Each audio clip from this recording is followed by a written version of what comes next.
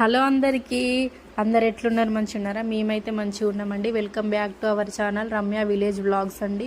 So ఈరోజు అయితే మేము మా పెద్దోడిని హాస్టల్కి పంపిస్తున్నాం. వర్షాలు పడ్డాయి కదా, అందుకోసమని వానికి ఒక 1 వీక్ వరకు హాలిడేస్ ఇచ్చిళ్ళు. హాలిడేస్ అయిపోయిన తర్వాత మేము మళ్ళీ వాడిని హాస్టల్లో పంపించడానికి అయితే తీసుకెళ్తున్నాం. బైక్ మీద వెళ్తుంటే వాడు చూసిలో ఎంత హ్యాపీగా ఉన్నాడో. నేను ఎప్పుడు హాస్టల్కి పోను అని మాత్రం వాడు అన్నాడు. తీసుకొచ్చినప్పుడు ఎంత హ్యాపీగా ఇంటికి వస్తాడో, హాస్టల్కి పంపినప్పుడు కూడా అంతే హ్యాపీగా పోతాడు అండి వాడు. మేము అయితే వాడిని గురుకుల హాస్టల్లో వేసినాం. మా విలేజ్కి దగ్గరనే ఉంటుంది, ఒక 5 కిలోమీటర్స్ ఉంటుంది. సో అక్కడికైతే హాస్టల్లో వేసినామండి. మేము హాస్టల్లో ఎందుకు వేసినామంటే వాడిని డబ్బులు పెట్టి చదివించలేక మాత్రం కాదండి. కాకపోతే మనకైతే గవర్నమెంట్ ఒక ఆపర్చునిటీ ఇచ్చినప్పుడు దాన్ని యూజ్ చేసుకోవాలి అన్న ఉద్దేశంతో మాత్రమే వాడిని మేము హాస్టల్లో వేసినామండి.